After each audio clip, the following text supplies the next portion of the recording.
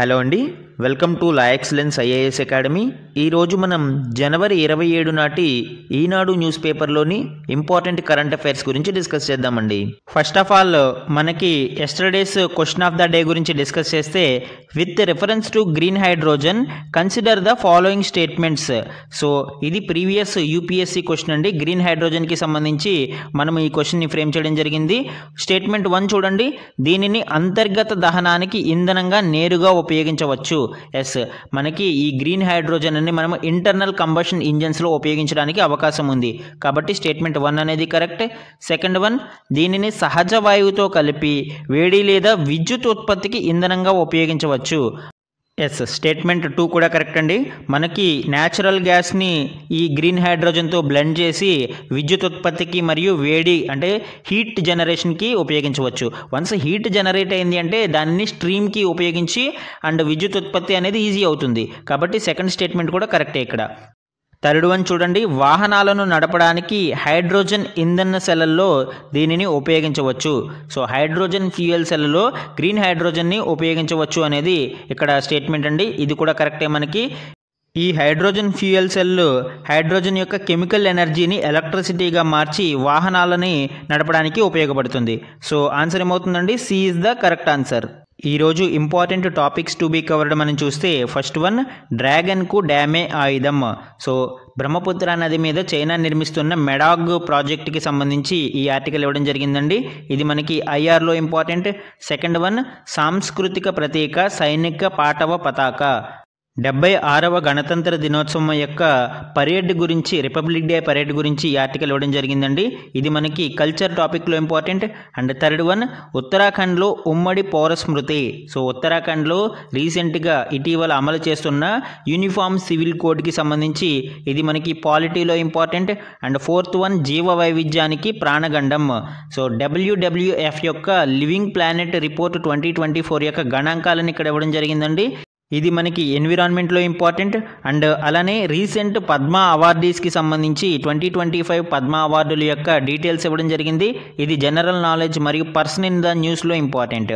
And sixth one, అగ్రదేశాలకు మన ఆయుధ సామాగ్రి. ఇటీవలి భారతదేశం రక్షణ ఉత్పత్తులను ఏ విధంగా ఎగుమతి చేస్తుంది అండ్ దాని యొక్క గ్రోత్ అనేది ఈ ఆర్టికల్లో మెన్షన్ చేయడం జరిగింది. ఇది సైన్స్ అండ్ టెక్నాలజీ, ముఖ్యంగా డిఫెన్స్ టెక్నాలజీలో ఇంపార్టెంట్. ఇవే కాకుండా అదర్ ఇంపార్టెంట్ కరెంట్ అఫైర్స్ గురించి కూడా ఈరోజు డిస్కస్ చేద్దామండి. ఈరోజు మన ఫస్ట్ ఆర్టికల్ చూడండి, డ్రాగన్కు డ్యామే ఆయుధం. సో రీసెంట్గా చైనా ప్రభుత్వం బ్రహ్మపుత్ర నదిపై నిర్మించడానికి తలపెట్టిన మెడాగ్ ప్రాజెక్ట్ గురించి ఈ ఆర్టికల్ ఇవ్వడం జరిగిందండి. ఇది ప్రపంచంలోనే అత్యంత భారీ జల విద్యుత్ ప్రాజెక్ట్ అండి.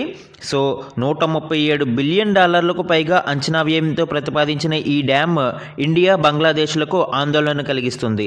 సో ఇండియా, బంగ్లాదేశ్లకి దీని వలన కలిగే నష్టాలు ఏంటి, ఎందుకు చైనా దీని మీద ఇంత ప్రత్యేక శ్రద్ధ పెట్టింది అనేది ఇక్కడ మనము చూద్దాం. చైనా 2060 నాటికి నెట్ జీరో టార్గెట్స్ని రీచ్ అవ్వాలని లక్ష్యంగా పెట్టుకుంది. దీనిలో భాగంగా జల విద్యుత్ ప్రాజెక్ట్స్ మీద దృష్టి సారించింది. ఆల్రెడీ ప్రపంచంలోనే అత్యంత భారీ డ్యామ్ 3 గార్జెస్ చైనాలోనే ఉంది.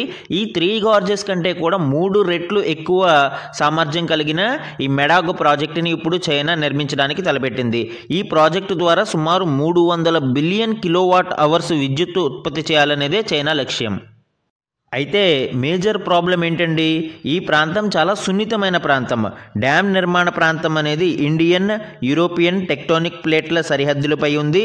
అలానే భారీ డ్యామ్ల నిర్మాణం వలన ఇక్కడి భౌగోళిక ప్రదేశానికి అలానే పర్యావరణానికి తీరని నష్టం కలగవచ్చు. అలానే బయోడైవర్సిటీకి ఎంతో పేరు పొందిన టిబెట్ పీఠభూమిలో కూడా ఈ డ్యామ్ యొక్క నిర్మాణం వలన జీవ వైవిధ్యానికి హాని కలిగే అవకాశం ఉంది.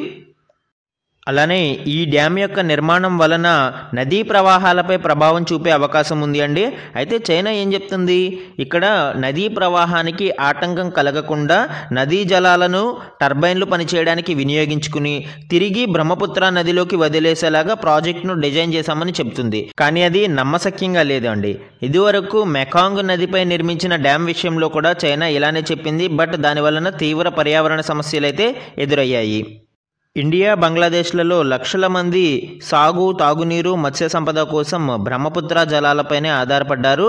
నది సహజ ప్రవాహంలో మార్పులు చేర్పుల వలన కరువులు, వరదలు, జీవనోపాధికి భంగం కలిగించే అవకాశాలు ఉన్నాయి. ఈ డ్యామ్ యొక్క నిర్మాణం వలన టిబెట్లోని స్థానిక ప్రజలు లక్షల సంఖ్యలో నిరాశ్రయులయ్యే ప్రమాదం ఉంది. 3 గార్జెస్ డ్యామ్ నిర్మాణంలోనే 13 లక్షలకు పైగా ప్రజలు నిరాశ్రయులయ్యారు. ఇప్పుడు దానితో పోలిస్తే 3 రెట్లు ఎక్కువ సామర్థ్యం ఉన్న ఈ డ్యామ్ యొక్క నిర్మాణం వలన అంతే స్థాయిలో కానీ లేదా అంతకంటే ఎక్కువ కానీ ప్రజలు నిరాశ్రయులయ్యే అవకాశం ఉంది. కాబట్టి స్థానిక టిబెట్ ప్రజలు దీనిని తీవ్రంగా వ్యతిరేకిస్తూ ఉన్నారు. అలానే ఈ డ్యామ్ నిర్మాణంతో బౌద్ధరామాలు, ప్రాచీన గ్రామాలు, పవిత్ర ప్రాంతాలు నీట మునిగే ప్రమాదం కూడా ఉంది. ఇలాంటి సాంస్కృతిక విధ్వంసం టిబెట్ వాసులను చైనాకు మరింత దూరం చేయవచ్చు.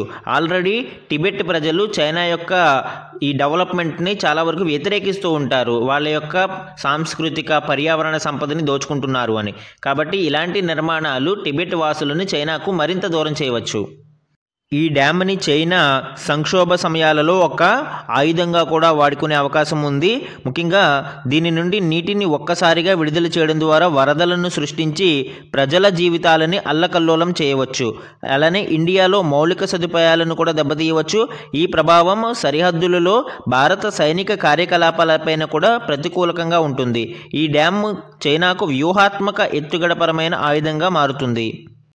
చైనా ఈ డ్యామ్ని ఒక స్ట్రాటజిక్ వెపన్గా ఉపయోగించుకుని భారతదేశంలో విధ్వంసాన్ని సృష్టించే అవకాశం కూడా ఉంటుంది అండి. ముఖ్యంగా భారత్, బంగ్లాదేశ్ల జలభద్రతకు, ప్రాంతీయ సుస్థిరతకు ఇది భంగకరంగా పరిణమించే అవకాశం విస్పష్టం. అయితే other side of the coin మనం చూసినప్పుడు ప్రాంతీయ సహకారంతో ఈ భారీ డ్యామ్ని నిర్వహించగలిగితే ఈ బ్రహ్మపుత్ర నదీ తీర ప్రాంతాలలోని దేశాలన్నీ కూడా దీని వలన లాభం పొందే అవకాశం ఉంది అండి. అయితే చైనా దీని విషయంలో ఏ విధంగా ముందుకు వెళుతుంది అండ్ భారత్, బంగ్లాదేశ్, చైనాలు దౌత్యపరమైన ఏ విధమైన ఒప్పందాలు కుదుర్చుకుంటాయనేది భవిష్యత్తే నిర్ణయించాలి. అండ్ అప్పటి వరకు ఈ డ్యామ్ అనేది డ్రాగన్కి ఒక ఆయుధం లాంటిదే అండ్ భారత్ మరియు బంగ్లాదేశ్లకి ఎప్పటికైనా ఇది ప్రమాదకరమే. మన నెక్స్ట్ ఆర్టికల్ చూడండి. సాంస్కృతిక ప్రతీక సైనిక పాటవ పతాక ఢిల్లీలో అలరించిన గణతంత్ర వేడుకల కవాతు. సో జనవరి 26వ తేదీన న్యూఢిల్లీలోని కర్తవ్య పథ్లో జరిగిన గణతంత్ర దినోత్సవ పరేడ్కి సంబంధించి ఈ ఆర్టికల్ ఇవ్వడం జరిగిందండి. దీనికి సంబంధించిన డీటెయిల్స్ మనం చూద్దాం. 76వ గణతంత్ర దినోత్సవ వేడుకల యొక్క విశేషాలను మనం ఇక్కడ చూసినప్పుడు జనవరి 26, 2025 significance adoption of the constitution in 1950. మనము 1950 జనవరి 26వ తేదీన భారత రాజ్యాంగాన్ని అడాప్ట్ చేసుకున్న కారణంగా, అమలు చేసిన కారణంగా మనము గణతంత్ర దినోత్సవ వేడుకల్ని జరుపుకుంటాము. ఈ ఇయర్ థీమ్ వచ్చి స్వర్ణిం భారత్ విరాసత్ ఔర్ వికాస్ అంటే golden India heritage and development అనే థీమ్తో 2025 గణతంత్ర దినోత్సవ వేడుకలను నిర్వహించడం జరిగింది. ఇక్కడ వెన్యూ చూడండి, కర్తవ్య Path, New Delhi. And key events military parade, cultural performance and టాబ్ల్యూస్. ఈ పరేడ్లోని కొన్ని ప్రత్యేక ఆకర్షణల విషయానికి వస్తే బ్రహ్మోస్, ఆకాశ క్షిపణులు, పినాకా మల్టీ బ్యారెల్ రాకెట్ ప్రత్యేక ఆకర్షణగా నిలిచాయి. అలానే రాష్ట్రాలు, కేంద్ర శాఖలకు చెందిన 31 శకటాలను ప్రదర్శించారు. అంటే వివిధ రాష్ట్రాల టాబ్ల్యూస్ని కూడా ప్రదర్శించడం మనం చూడవచ్చు. మరొక స్పెషల్ అట్రాక్షన్గా కవాతులో నారీ శక్తి ప్రత్యేక ఆకర్షణగా నిలిచింది. చరిత్రలో తొలిసారిగా 100 మంది మహిళలు శంఖం, నాదస్వరం, డోలు వంటి సంప్రదాయ సంగీత వాయిద్యాలను వాయిస్తూ కర్తవ్య పథ్లో పరేడ్ను ప్రారంభించారు. వివిధ హోదాలలో ఉన్న మహిళా అధికారిణుల యొక్క బృందాలు ఈ పరేడ్లో పాల్గొన్నాయండి. ఈ విధంగా మనము నారీ శక్తి అనేది ఈ పరేడ్ ద్వారా ప్రపంచానికి తెలియజేయడం జరిగింది. అలానే ప్రతి ఏటా గణతంత్ర దినోత్సవానికి విదేశీ అతిథిని ముఖ్య అతిథిగా ఆహ్వానించడం జరుగుతుంది. 2025 చీఫ్ గెస్ట్ విషయానికి వస్తే ఇండోనేషియా అధ్యక్షుడు ప్రబోవో సుబియాంతో ముఖ్య అతిథిగా హాజరవడం మనం ఇక్కడ చూడవచ్చు. So this visit signifies the strong diplomatic ties between India and Indonesia, 2 nations with shared historical and cultural bonds. India మరియు ఇండోనేషియా మధ్య ఉన్న కల్చరల్ అండ్ హిస్టారికల్ అంటే సాంస్కృతిక మరియు చారిత్రక నేపథ్యాలు మరియు ఆ బంధం యొక్క ప్రతీకగా ఈ విజిట్ అనేది మనం చెప్పుకోవచ్చండి. ఇండియా మరియు ఇండోనేషియా యొక్క హిస్టారికల్ టైస్ అనేవి చాలా డీప్గా ఉంటాయండి. ముఖ్యంగా మనము నాన్ అలైన్మెంట్ మూవ్మెంట్ అంటే అలీనోద్యమంలో ఈ రెండు దేశాలు స్ట్రాంగ్ పిల్లర్స్గా నిలిచాయి. దీనితో పాటు మొదటి గణతంత్ర దినోత్సవ వేడుకలకు అప్పటి అధ్యక్షుడు సుకర్నో గారు భారతదేశానికి రావడం గమనార్హం. దీనిని బట్టి భారతదేశం మరియు ఇండోనేషియా యొక్క బాండింగ్ అనేది ఏ విధంగా ఉందో అర్థం చేసుకోవచ్చు. మన నెక్స్ట్ ఆర్టికల్ చూడండి, ఆకట్టుకున్న ఏటికొప్పాక బొమ్మల శకటం. సో ఆంధ్రప్రదేశ్ తరపున 76వ గణతంత్ర దినోత్సవ పరేడ్లో పాల్గొన్న ట్యాబ్ల్యూ ఏటికొప్పాక బొమ్మల శకటం గురించి ఇక్కడ డిస్కస్ చేయడం జరిగిందండి. దీనికి సంబంధించిన డీటెయిల్స్ చూద్దాం. గణతంత్ర దినోత్సవం సందర్భంగా కర్తవ్య పథ్లో నిర్వహించిన పరేడ్లో రాష్ట్ర ప్రభుత్వం ప్రదర్శించిన ఏటికొప్పాక బొమ్మల శకటం ఆకట్టుకుంది. శకటం ముందు వినాయకుడు, చివర ఎత్తైన శ్రీ వెంకటేశ్వర స్వామి రూపాలు, ఇరువైపులా బొబ్బిలి వీణలు, తెలుగువారి కట్టుబొట్టును ప్రతిబింబించే బొమ్మల కొలువు, చిన్నారుల ఆటపాటల చిత్రాలతో రూపొందించిన ఈ శకటం ఇటు ఆధ్యాత్మిక భావాన్ని అటు సంస్కృతిని చాటి చెప్పింది. ఈ ఏటికొప్పాక టాయ్స్ యొక్క డీటెయిల్స్ గురించి చూస్తే these are traditional toys made by artisans of Etikoppaka village located on the banks of Varaha river in the Visakhapatnam district of Andhra Pradesh. ఆంధ్రప్రదేశ్లోని వారాహ నది ఒడ్డున ఉన్న ఏటికొప్పాక అనే గ్రామంలో ఈ టాయ్స్ని తయారు చేస్తారండి. వీటి యొక్క స్పెషాలిటీ ఏంటి?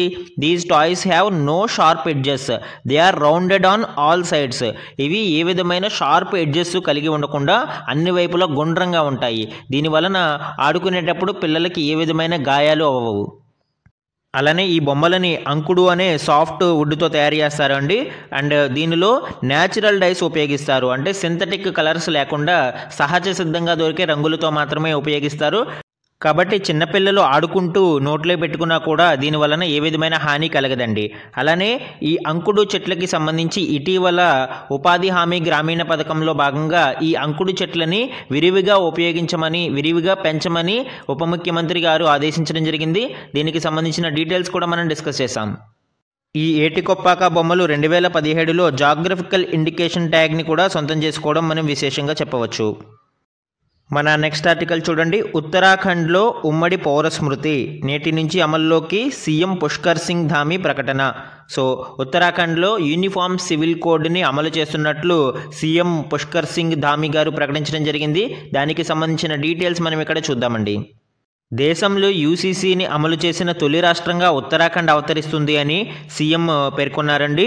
అలానే యూసీసీ అమలుతో సమాజంలో చాలా విషయాలలో ఏకరూపత వస్తుంది, పౌరులందరికీ సమానమైన హక్కులు బాధ్యతలు దక్కేలా చూస్తామని ఆయన వెల్లడించారు. అసలు ఈ ఉమ్మడి పౌర స్మృతి యూనిఫామ్ సివిల్ కోడ్ అంటే ఏంటి?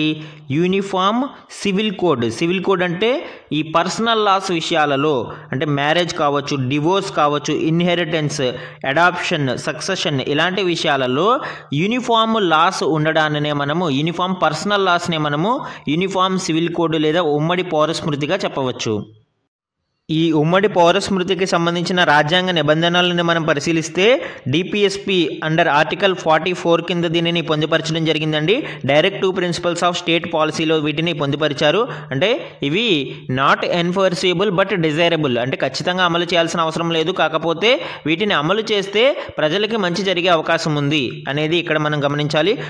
అలానే personal laws on marriage, divorce and succession వీటిని కన్కరెంట్ లిస్ట్లో పొందుపరచడం జరిగింది.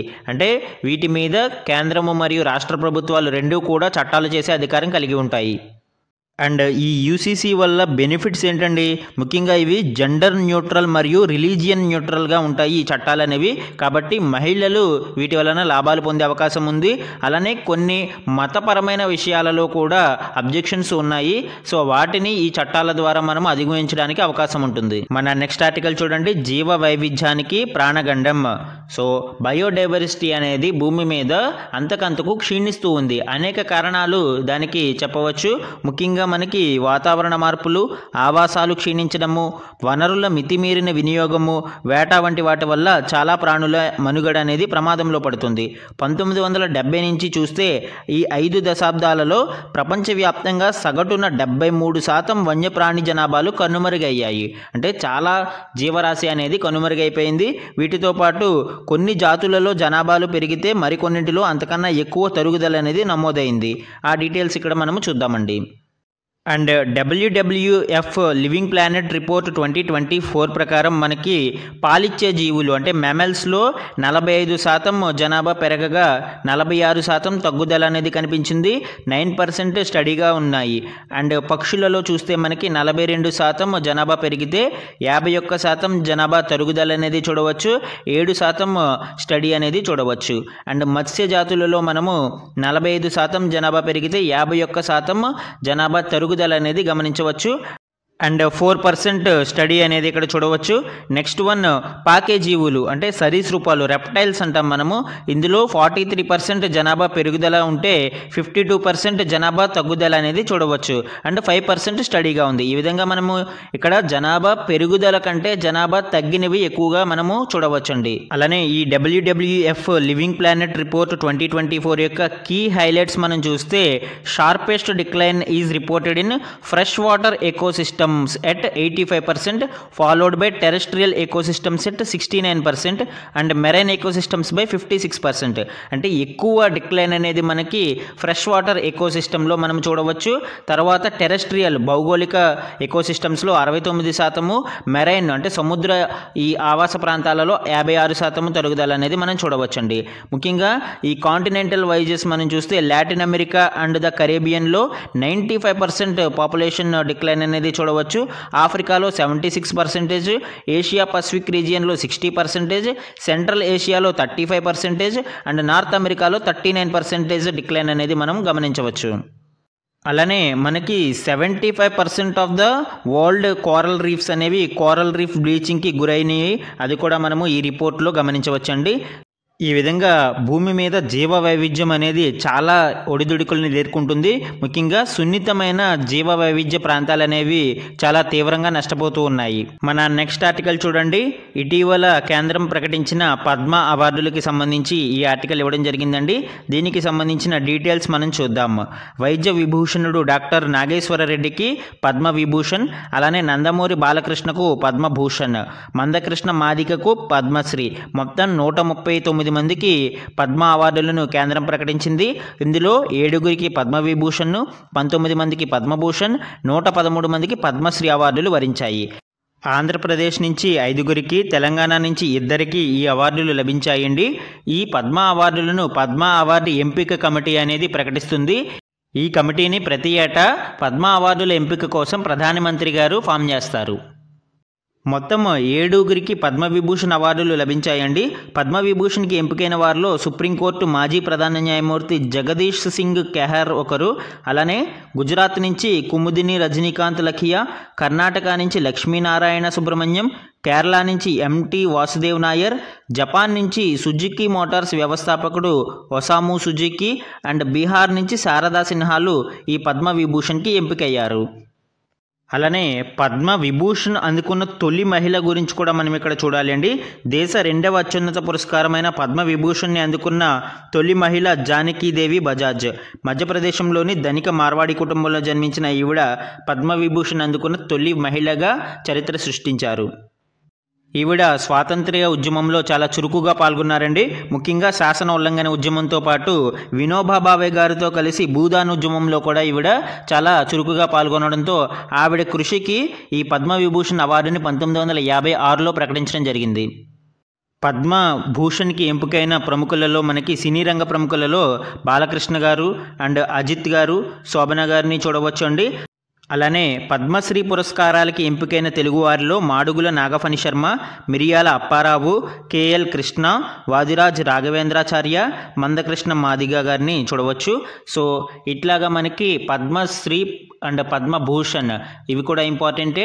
పద్మశ్రీలో మనకి ఆంధ్రప్రదేశ్ మరియు తెలంగాణలకి చెందిన వ్యక్తులు అండ్ వారికి ఏ ఏ రంగాలలో వచ్చినాయి అనేది ఇంపార్టెంట్.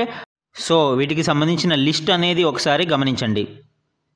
అలానే ఈ పద్మశ్రీ, పద్మభూషణ్, పద్మవిభూషణ్కి సంబంధించిన కేటగిరీల గురించి చూస్తే మనకి భారతదేశంలో భారతరత్న అనేది హయ్యెస్ట్ సివిలియన్ అవార్డుగా చెప్పుకుంటాము పౌర పురస్కారంగా. బట్ దాని తర్వాత 2nd హయ్యెస్ట్ సివిలియన్ అవార్డుగా పద్మవిభూషణ్ని, 3rd సివిలియన్ అవార్డుగా పద్మభూషణ్ని అండ్ 4th హయ్యెస్ట్ సివిలియన్ అవార్డుగా మనము పద్మశ్రీని చెప్పుకోవచ్చు.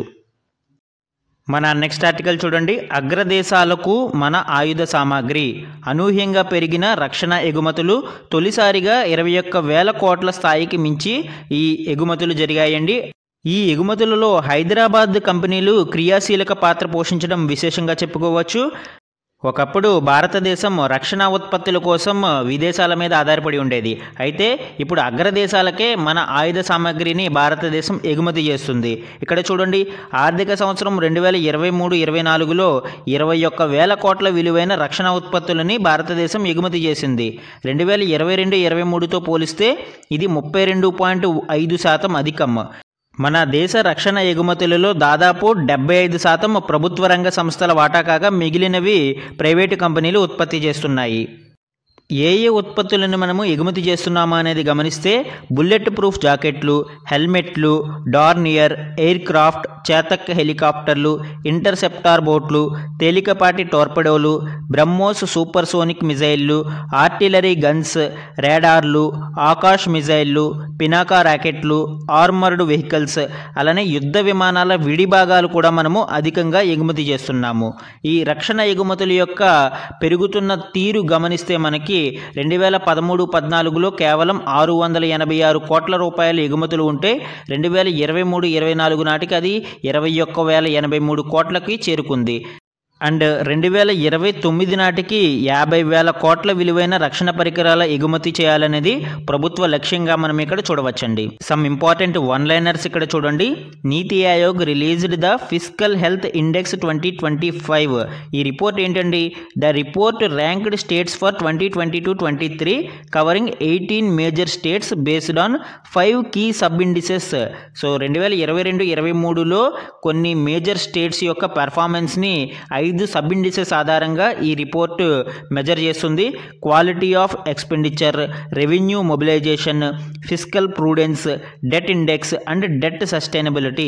అంటే క్వాలిటీ ఆఫ్ ఎక్స్పెండిచర్, ఖర్చులో ఏ విధమైన నాణ్యత ప్రమాణాలని పాటించారు, అలానే రెవెన్యూ మొబిలైజేషన్, ఆదాయాన్ని ఏ విధంగా సమకూర్చుకోగలిగారు, ఫిస్కల్ ప్రూడెన్స్ అంటే ఎఫ్ఆర్బిఎం టార్గెట్స్ వాటిని రీచ్ అయ్యారా లేదా, అండ్ డెట్ ఇండెక్స్ అప్పులు ఏ విధంగా ఉన్నాయి, అండ్ డెట్ సస్టైనబిలిటీ అంటే చేసిన అప్పులని తీర్చగలిగే స్థాయిలో ఫైనాన్షియల్ హెల్త్ ఉందా లేదా అనేది ఈ 5 సబ్ ఇండిసెస్ ఆధారంగా ఈ రిపోర్ట్ని ప్రిపేర్ చేయడం జరిగిందండి. ఫిస్కల్ హెల్త్ ఇండెక్స్ని ప్రిపేర్ చేశారు.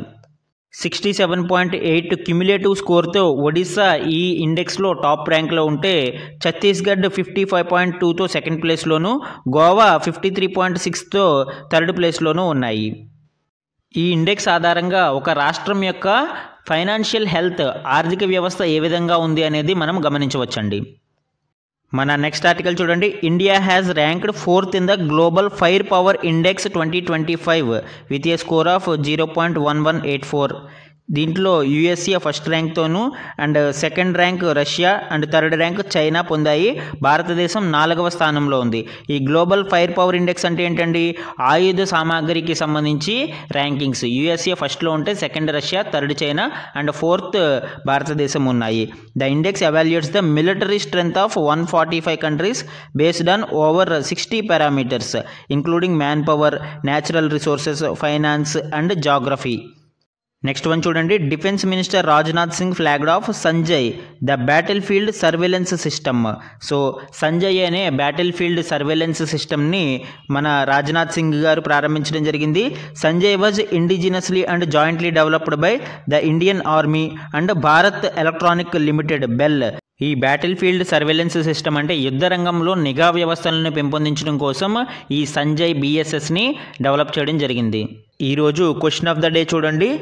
ఈ క్వశ్చన్ యూనిఫామ్ సివిల్ కోడ్కి సంబంధించి ఈరోజు న్యూస్లో ఉన్న నేపథ్యంలో ఆ కంటెక్స్ట్లో ఈ క్వశ్చన్ని ఫ్రేమ్ చేశానండి. ఇక్కడ 3 స్టేట్మెంట్స్ ఇవ్వడం జరిగింది. సో దీనికి సంబంధించిన ఆన్సర్ని కామెంట్ సెక్షన్లో కామెంట్ చేయండి. ఇవి ఈరోజు ఈనాడు న్యూస్ పేపర్లోని ఇంపార్టెంట్ కరెంట్ అఫైర్స్ మీద డిస్కషన్ అండి. Thank you for watching.